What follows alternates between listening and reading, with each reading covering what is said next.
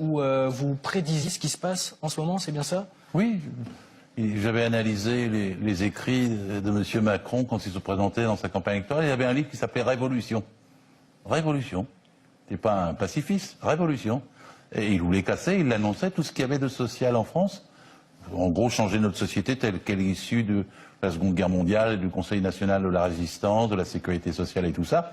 Il veut en faire une société américaine, post-salariale, ubérisée, et qui se débarrasse de tous ces aspects sociaux pour être une société de concurrence et de compétition.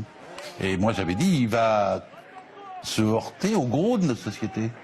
Parce que quand on veut casser la façon dont fonctionne le modèle social quelque part, on a des réactions de masse, des gens qui disent mais moi je veux pas qu'on touche à ma retraite, moi je veux pas qu'on bloque mon salaire, je veux pas qu'on casse mon code du travail, je veux pas qu'on me ferme mes services publics et la SNCF. Et donc petit à petit, quand il a mis en place depuis 18 mois avec brutalité cette politique, il a vu se dresser contre lui une masse de gens, et ça, c'est l'explosion. Je vous coupe, Gérard Filoche. On aperçoit, place de la République, de nouvelles images. Vous les voyez avec nous, avec des scènes, semble-t-il, de... Moi, j'y étais il y a 2 heures, place de la République, de pillage, et ça se passait bien. Non, c'est ce qui se passe. On voit en tous les cas une barricade là, qui est enlevée. On a vu également... Moi, j'y étais il y a 2 heures, place de la République, ça se passait bien. J'ai fait la manifestation de Nation à la République. Donc la marche...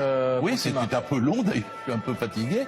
Mais vous n'allez pas faire des étirements en plateau, hein? Non, mais nous étions, moi je sais pas dire, 30 000 quoi. Il y avait beaucoup de gilets jaunes mélangés et une espèce de joie chez les gens, je sais pas comment dire, un air de révolution mais dans le bon sens, là, pas dans le sens. Et que vous inspirent ces images là ce soir avec la place de la République qui semble déserte? C'est toujours, à la fin des manifestations, il y a toujours des images comme ça. Ça c'est pas nouveau. Ce qui est important, c'est le mouvement de masse. À ce que je sais, dans toutes les villes de province, l'acte 4, comme ils disent, a été aussi fort que l'acte 3, sinon plus. On verra. Alors, moi, je me méfie du chiffre du gouvernement parce que M. Castaner dit... 31 000 manifestants à la mi-journée, 8 000 à Paris, 2 000 sur les Champs-Élysées. Alors, s'ils ont 30 000 manifestants, pourquoi ils sortent 89 000 flics?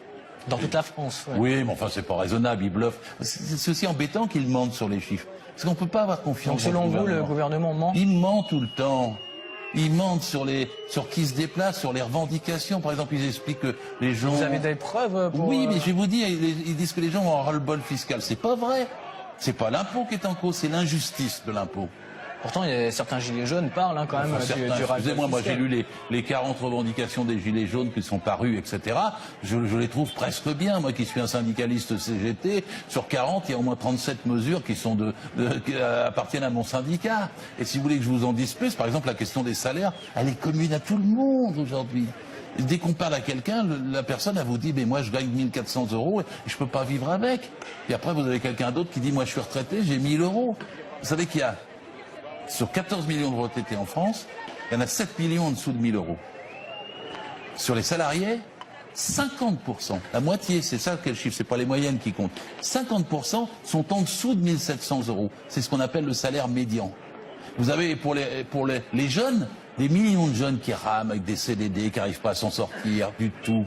Puis après, vous avez les chômeurs. Donc vous avez une grande partie de la société qui est maintenue dans une semi-pauvreté, alors que la France n'a jamais été aussi riche de son histoire. Jamais il y a eu autant d'argent dans ce pays. Si vous me permettez, juste une seconde. Il y a un livre très bien documenté de Luc Payon qui disait 600 milliards d'avoirs français dans les paradis fiscaux. 500 familles, elles ont 460 milliards, c'est-à-dire 1 fois plus que le budget de l'État. Vous avez 58 multinationales qui blanchissent à peu près 100 milliards, c'est le scandale de LuxLeaks au Luxembourg. Et vous avez une fraude fiscale qui est entre 80 et 100 milliards. Mais pourquoi ne va-t-il pas chercher l'argent là-dedans, alors qu'on pourrait tous vivre mieux et partager ces immenses richesses? Alors moi, on me dit, attendez, il faut d'abord les produire, les richesses. Mais elles sont là, elles sont déjà produites. Et ceux qui les produisent, c'est ceux qui sont dans la rue.